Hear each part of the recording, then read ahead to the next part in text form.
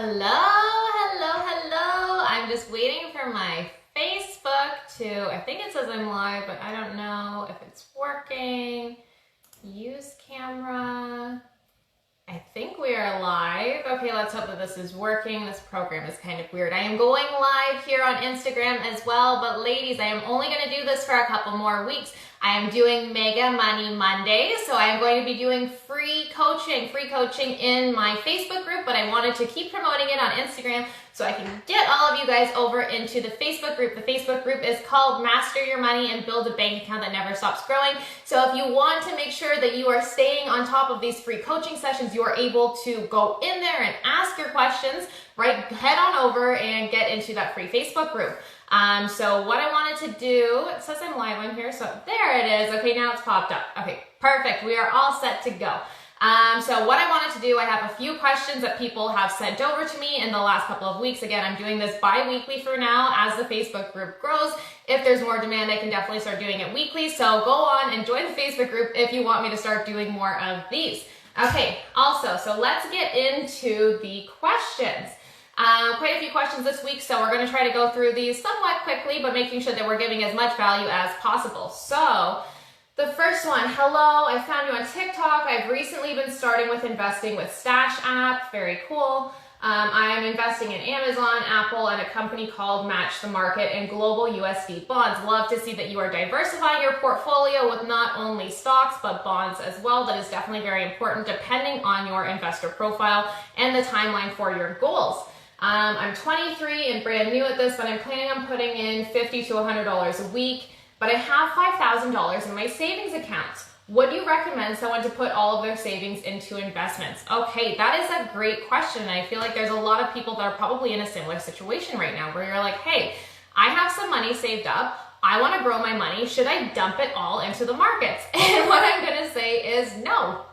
We should not be dumping all of our money, all of our savings into the markets. We want to make sure that we, first of all, have an emergency fund. So the very first thing that I tell my clients is that we need to have at least a baby emergency fund before we get started on anything else. So we want a baby emergency fund of $1,000 saved up before we even think about investing. Now that's a baby emergency fund. What you want to be doing is working up to get your emergency fund up to 6 months to a year of your bare bones expenses. Now, a lot of times when I say you need to have 6 months of expenses saved up, people are like, oh, 6 months of expenses, oh my God.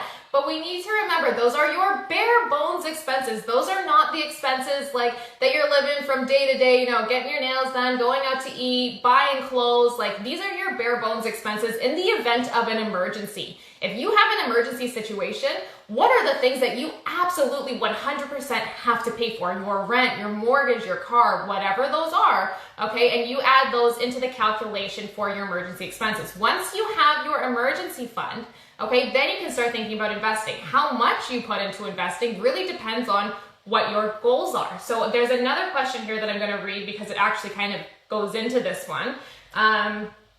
So I found you on TikTok and I need help. I have a huge chunk of money saved and need guidance on where to start.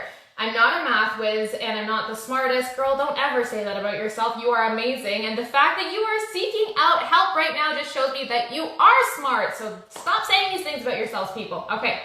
I need to know what to do with my money besides letting it just sit in the bank. Where do you think I should start? Where do I begin?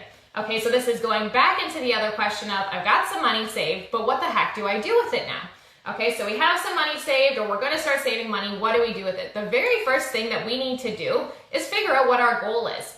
A lot of people come to me and they're like, Nicole, like I want a lot of money. I want to start investing. Why? Why are you investing? What are you investing for? One of the biggest things that I think that you can do is really ask yourself why 5 times. So I call this, this is called the 5 whys, okay? And it's really going to get to the root of what you're trying to do. So if you come to me and you're like, hey, Nicole, you know, I want to start investing. I'm going to ask you why. Okay, maybe it's because you want to start making some extra money. Why? Maybe because you want to buy a house. Okay, why? Because I am renting right now and I feel like I'm throwing my money away. Okay, why? Because I value owning a home. That is something that is valuable to me because I want a place for my family, and it's going to be less stress for me if I own my home. I don't have to worry about being kicked out or whatever it is. Okay, you need to go through those 5 whys to figure out what your actual goal is. And you need to work on setting a real goal, right? A SMART goal, specific, measurable, attainable, realistic, time-bound. Just saying you want 1,000,000 Benjamins in the bank is not doing anything, right? Okay, so think about your why. Number 1, your why, your goal. Number 2, your timeline for that goal. If your timeline is retirement, and we've got 40, 30, 20 years till retirement, that is going to tell you to go into different kinds of investments than you would make if your goal was buying a house, if your goal was, doing something in the very short term. Typically what I say is you want to have at least 4 to 5 years before you even think about starting to invest your money in the markets. Why? Because there are always ups and downs to the market, okay? Stock prices change hundreds of times a day. You get into situations where you lose money when you have to sell, when you need that money back. If you put yourself in a situation where you don't have to sell for a long period of time, over time what we can see is generally the markets go up, okay? Although past performance does not guarantee future performance, in the past, the markets have always gone up over time. So this is why you cannot time the market, but you can spend time in the market. The longer you spend in the market, the better off you typically are, the safer your investments typically are. The last part of that puzzle that you want to know is, what is your investor profile? Because it's great for me to say, okay, if you have, a long period of time before you need the money, you're saving for retirement, that's great. But if your investor profile is someone who is very emotional, and you're emotional about your investments, and if you lose even $1, you're going to freak out, right? Then maybe you shouldn't be investing in stocks. Even though that might be the best for your goal, it might not be the best investment for you personally. So you really need to understand who you are as an investor, okay? The next question. I know I want my bank account to grow for my future retirement and also for those rainy day funds. Would you invest in a TFSA, GIC, or other accounts? I'm not stock market literate, so appreciate the help.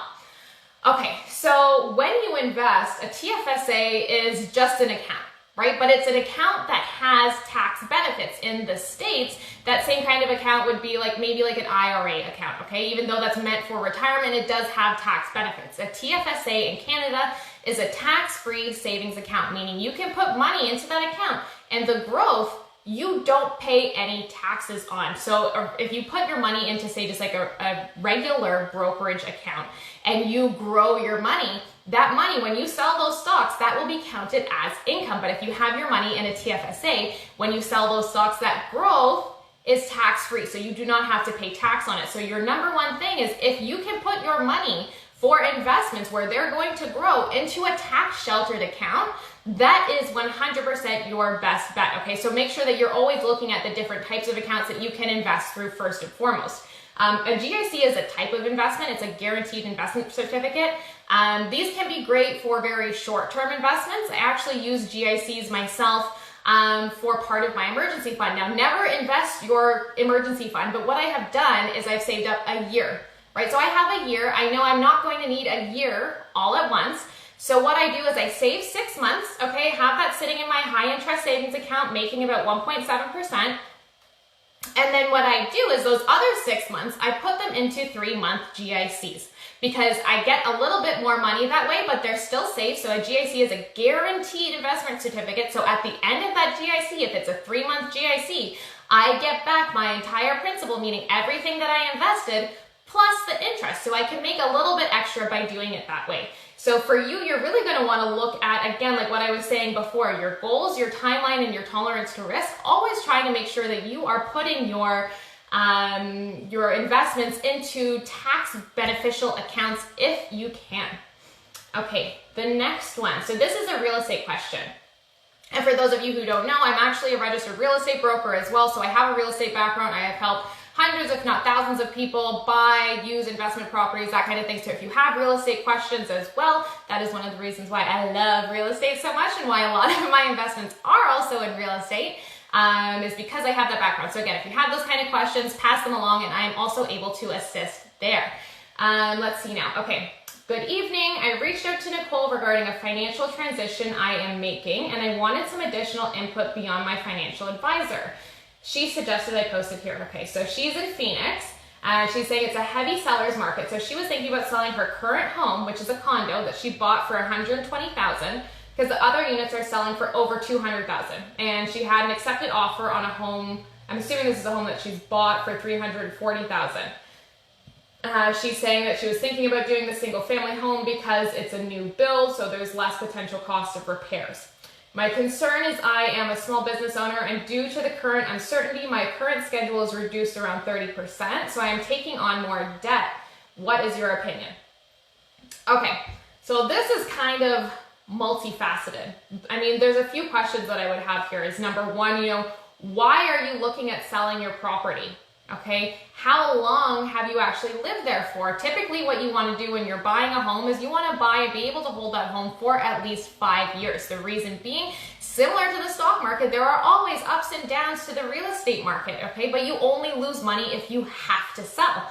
I don't know. I mean, knowing that her current schedule is reduced by 30%, she's taking on more debt, looking at selling your property right now that is at a very affordable price point that you're already living in for, a kind of a smaller benefit, I don't know that I would recommend going and buying a new home right at this moment. I know it's a seller's market and that's great, but again, we can never time the market. We need to look at our personal situation. What's happening in our lives personally? Is this a good decision for us personally? And then we can look at what's happening in the market to see if it makes sense for us. I think, she's saying other units are currently selling for about $80,000 more than what she paid for it, but we are not taking into account the fact that there are closing costs associated with purchasing a property and selling a property, and selling a property in the States can be very expensive. In some instances, you're paying 6 to 8% of the price of the home that you're selling. So you're not actually netting out that $80,000. You have to pay your realtor commissions, you have to pay lawyer fees. And when you're buying that new house, you also have to pay closing costs on that as well. Knowing that your schedule has been reduced, you're taking on more debt, and you're buying a more expensive property, unless there's something very major in your life that is saying you should be moving, I don't know that that's something that I would personally do.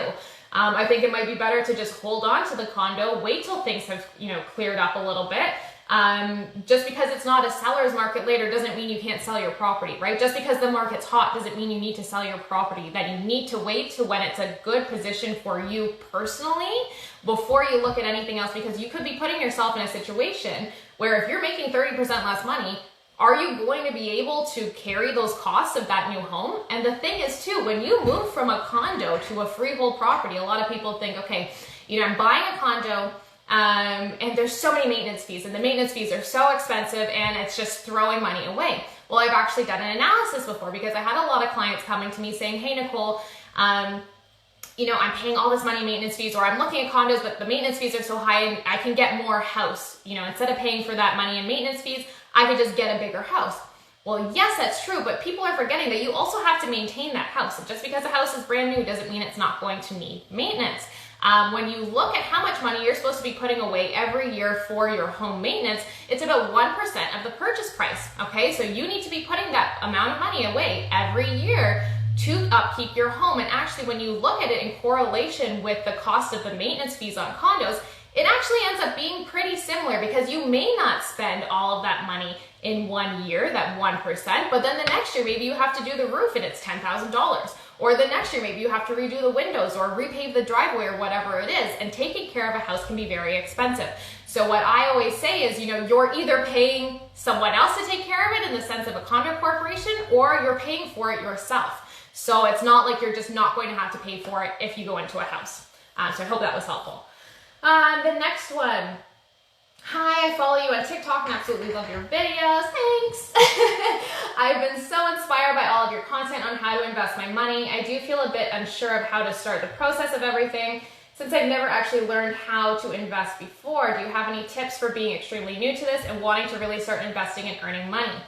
Kind of going back to what we covered earlier, but if we want to get into actually how physically you can get started investing, the number one thing is you are going to need to open an account with a brokerage. So in the States, I know TD Ameritrade is very good. In Canada, I personally use Wealthsimple. I like them because they don't have fees associated with, buying and selling and everything for your investments.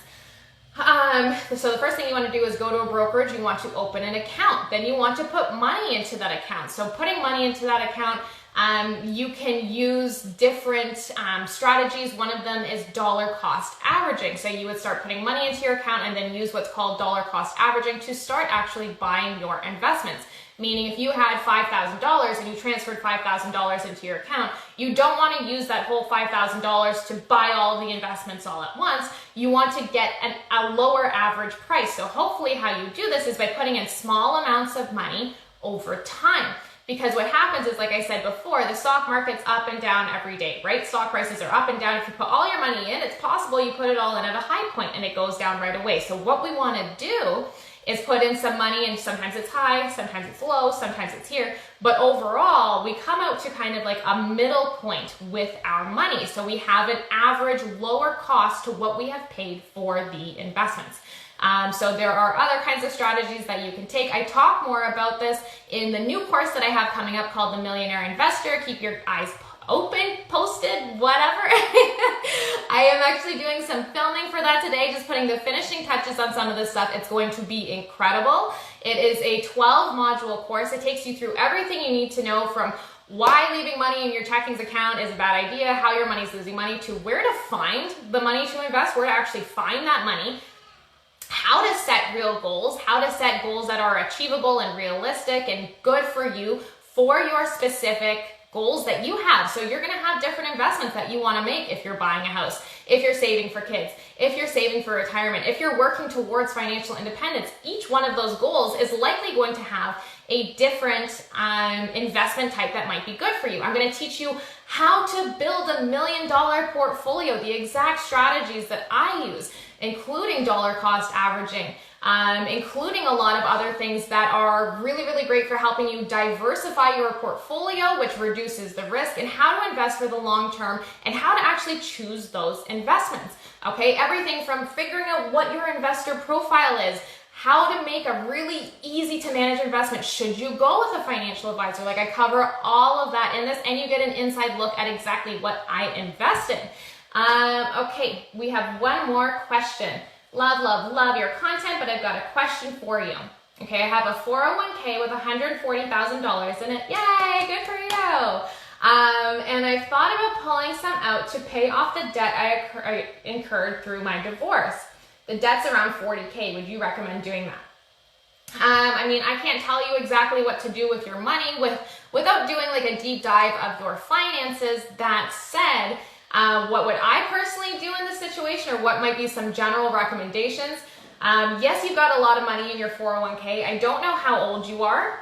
So if you are, say, closer to retirement, that's really something that you want to think about, okay? Because taking money out of there means you are kind of stealing from your future self. And I know it might be tempting to be like, I've got all of this money in my retirement account.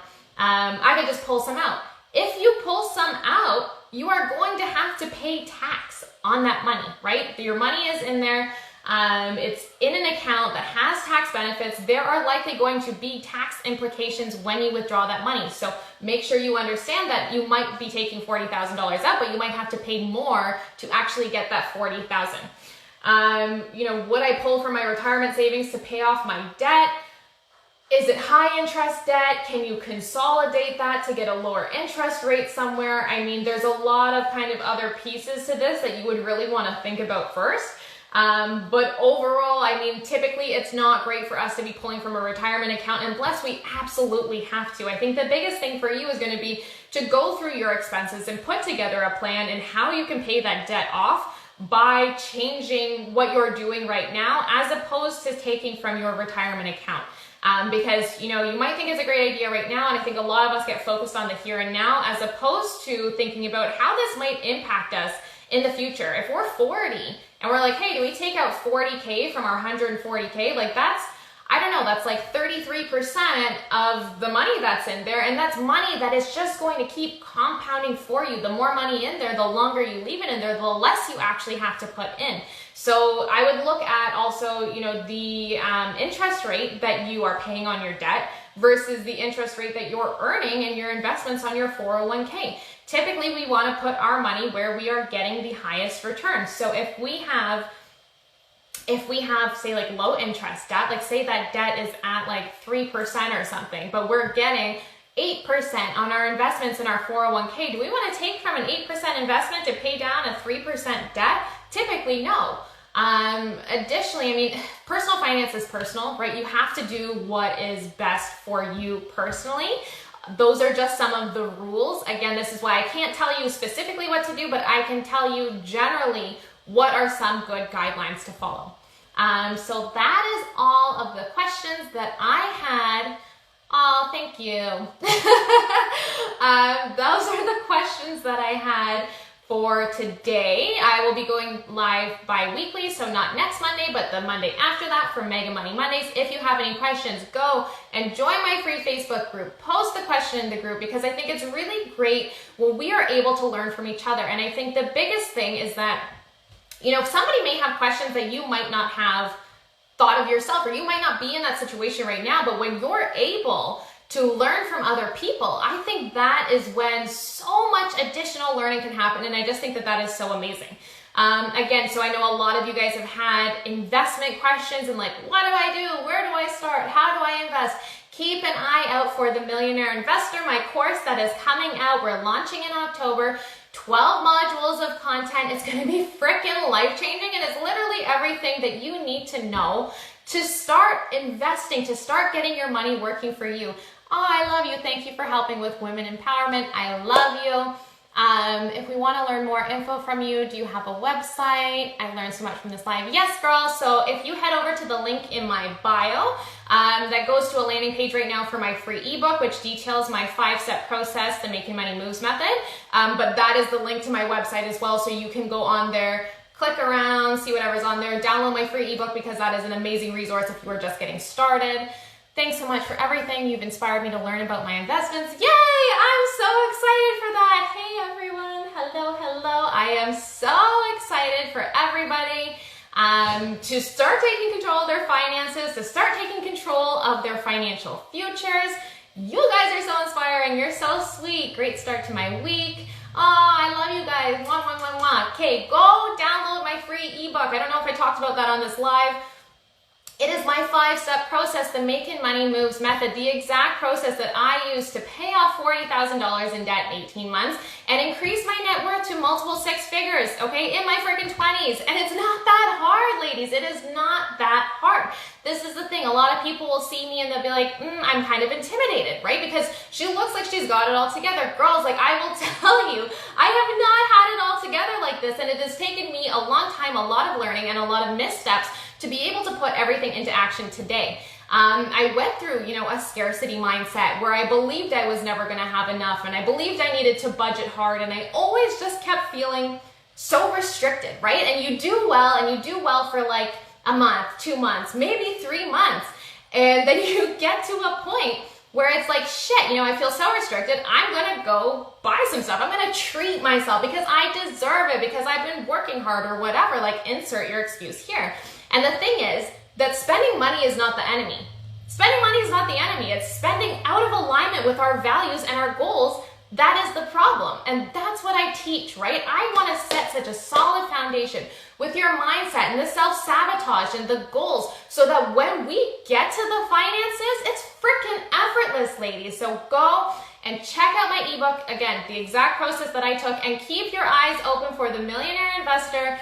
I am launching that in October, going to be freaking amazing, and also I'm going to be launching with a special promo code, so keep your eye out for that as well if you want to get a little discount. Okay, I will stay on for another minute or so because I feel like these lives are so awkward when I'm not just talking, and see if anybody else has any questions. So if there's anybody on Instagram that has questions or Facebook, let me know, guys. You saw Amanda, so excited for you too. Definitely feeling inspired as well. Love watching all your TikTok videos. I love you. Thank you guys for all of the support. You guys have been freaking incredible, and I just want to say again that I love you all so much, and this is just my dream to help all of you get freaking rich and build bank accounts that never stop growing and have effortless control over your finances. Okay, ladies? Okay, I'm gonna sign off now. Love you all. Thank you again. And yes, go over to my free Facebook group, post your questions in there, and I will go live for, one question. Okay. Favorite money saving tip, negotiating 100%. So I don't know if you guys have seen my Quick Wins playbook. It is the exact scripts that I use to negotiate all of my bills. The best thing is when you get to just keep your same lifestyle, but pay less for it. How can you argue with that, right? Keeping your same lifestyle, but just paying less for the shit that you are using. So I think that that is an incredible resource. I'm actually a certified negotiations expert. I have taken additional trainings and worked on hundreds, if not thousands of deals negotiating. And this is how I'm so successful negotiating all of my expenses. I think I made a post not too long ago where I saved I think $2,000 over the course of the year just by doing a couple phone calls. So I think it's very important for you to, number one, get comfortable negotiating and going out and trying to negotiate all of your bills, everything that's possible. And I detail everything that you can negotiate in the exact scripts that I use in my Quick Wins playbook. You can check out the link in my bio to go on my website and get that. Somebody else asked a question. Will the course be helpful as investors in Europe? There are different rules here in terms of taxes, etc. So I mean, the overall gist of things is going to be similar in terms of the strategies that you can use, like what I was talking about, long-term investing, how to set up your accounts, that kind of thing. But the examples in the course are from Canada or from the US, okay? Because there are so many different tax laws and whatever all across the world. So overall, yes, it should be still very helpful, but it may not have specific examples for your country, okay? If there are any other questions, let me just scroll here. Can't wait to learn so much from you. I'm getting rid of my clothes piles. I'm listening to you. Yes! Oh my God, the pile in my room is famous and I love that. Oh my goodness. Okay, I think we are all good. You're welcome, babe. Mwah, mwah, mwah, mwah. If you guys need anything, let me know. Love you all. Here to support you however I can. Okay? Bye, ladies.